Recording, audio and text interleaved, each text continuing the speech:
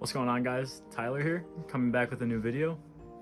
We got a new part for the Jenny, as some of you might know by the title, and this is something I'm very excited for.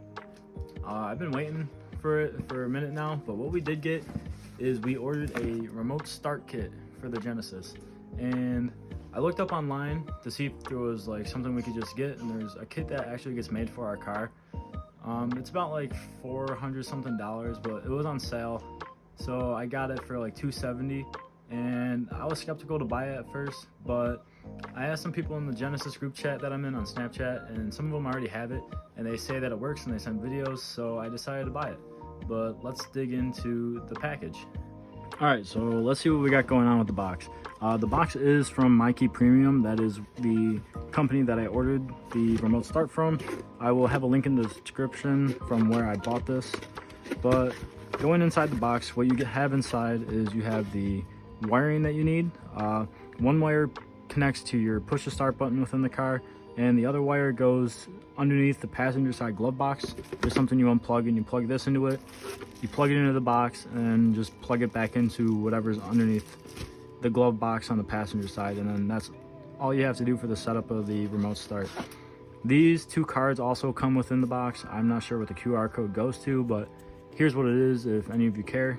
But let's get to installing this outside on the Genesis. Another quick note, something I forgot to mention is this kit does only work for an automatic push to start Genesis. So if you have a manual or a key start Genesis, this kit will not work in your car. A reason I really also wanted to get this kit is it works with the original key fob. You don't get that bulky thing that comes with other remote start kits. It's just, it works with factory key fob, factory everything. There's no splicing wires, no cutting anything. It's just a plug and play kit, super simple. But let's go get back into it. So we are in the Genesis now. The first thing that we are going to be doing is we will be installing this piece for the remote start. This wire is going to be plugged into your push to start. We have to start off by taking the screw out right here. You take the screw out, and then you have to pry this panel off from the bottom. It's going to go along the seam from the bottom to the top to pull it off.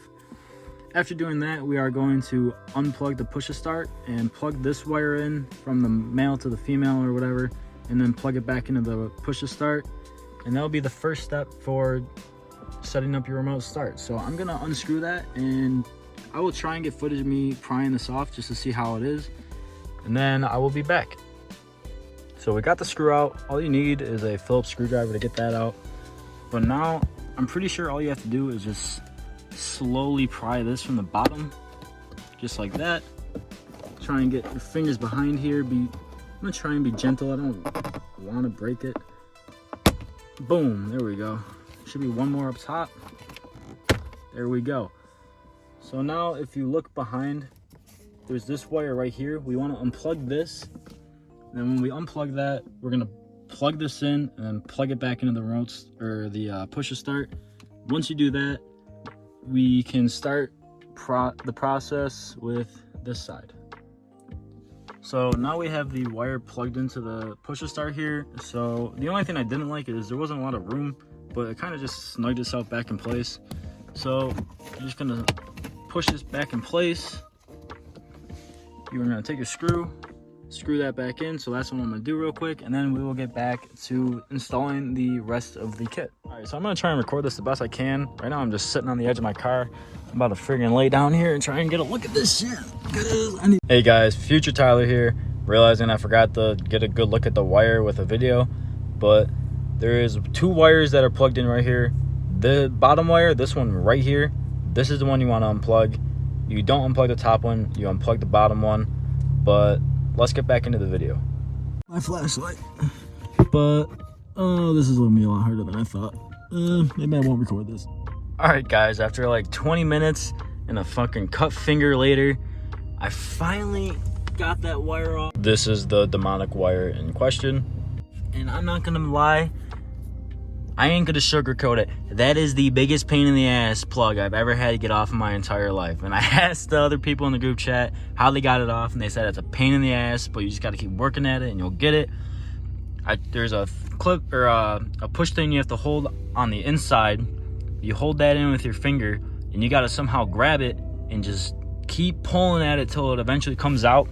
I couldn't get my hand in there really well because it's in a really awkward spot. So I tried pliers. Don't do that, because that's how I ended up slicing my finger open, because the pliers slipped and because the clip's in there so hard, went right into my finger. So I noticed there was a little gap between where the plug is plugged in, and I put the butter knife right inside and I held the clip, and I used my other hand and I just slowly kept turning and prying until eventually it gave out. So now what I'm going to do is I'm going to take these wires, I'm going to plug them in real quick, and I'll show you guys what plugs into what, just so you have an understanding. But to lay it out, it'll be like this. The two big plugs are going to go into the glove box side. The two little plugs are going to plug into your box. So I'm going to do that. Yes, I'm wearing socks right now. I took my shoes off. They're sitting outside of my car because I just washed my floor mats and I don't want to get them dirty again. I like to try and keep my car looking nice. And yeah, you probably see dust flying around up in this bitch. That's because I work in a lumber mill. But a little bit of frustration later, finally got the plug off. We're going to plug everything back in and I'll show you what to do from there. All right, guys, so now we got all this plugged up right in here. I can't tell if you can see or not, but that's plugged in. And that's how that's supposed to look. Now we're gonna take the box right here and plug the box into these two wires down there. We're about to plug in the second clip. I'm pretty sure when we plug this in, it should beep. Oh, car turned off.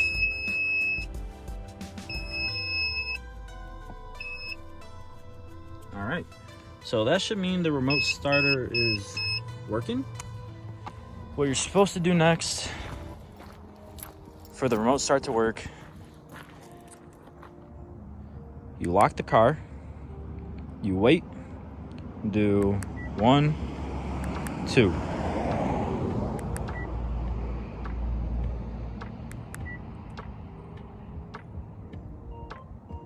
I fucked something up, didn't I?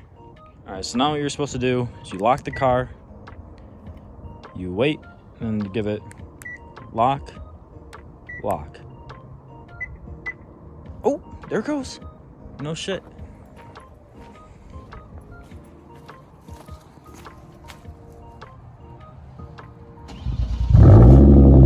No shit, dude, it actually works. Like I said, I was skeptical at first, but to see this shit actually works, I wonder if my car's locked. Car's still locked? Sweet. I love to see that. I always want to have my engine running and my car stay locked, but to turn it off, you lock the car again, then lock it a second time, then the car's gonna turn off. But that's it for this remote to start kit. I hope this tutorial helps you guys. Like I said, that one wire was a pain in the ass, but once you get it out, it's smooth sailing from there. And to be honest, I haven't even gotten to use it yet other than just now, but I think it's going to be 100% worth it. Living in Buffalo, it's friggin' cold as hell here, and sometimes my window likes to freeze shut and I can't get into my damn car. Alright guys, so I'm back in the Jenny poop.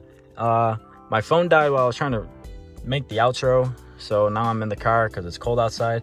But back to what I was saying, my window likes to freeze up in the winter, then I can't get into my car because the window's frozen and it's got the drop down, which you guys should know. So being able to start the car, let it heat up, let the window defrost is going to save me loads of time, and it's going to be nice to be able to get into a warm car as well and a warm engine. As far as these wires that I was talking about before, we don't need them. They're just there for show, I guess. But we did everything right. I thought I did something wrong. I think it was just because the car didn't do its full shutdown process where the radio turns off and all that stuff, so I just locked the car too fast. But it does work. It worked perfectly fine. I highly recommend getting this kit because where I live, the shops that were quoting a remote start install were requesting $550 to do an install. I found this kit online. I paid like $270, like I said, for it. There was a discount code I used. It was $30 off, plus it was on sale when I bought it. But I do highly suggest getting this kit. I love it already. It's amazing. It works great. Being able to use a factory key fob, factory wiring, just everything OEM, no wire splicing, it's awesome. Other than getting that plug out, which isn't the kit's fault, was a pain in the ass, but once you get it all said and done, it's just awesome. But If you guys do like this video or find it helpful or anything, if you could leave a like and a sub, that would be amazing. If you didn't like the video, drop a dislike. Doesn't matter to me, I can't see it. But I do have other Genesis tutorials on my channel. I plan on making more when I get new car stuff, and I would like to make other car content. So if you guys could stick around, that would be awesome. I would love that. I am getting wheels soon from Fitment Industries. They're currently on back order, but I did purchase and buy them. They should be here in about 7 weeks. Once we get those, we're going to be making a video on it, and I'm super excited to be able to get it. But that's pretty much it for this video, and I'll catch you guys later.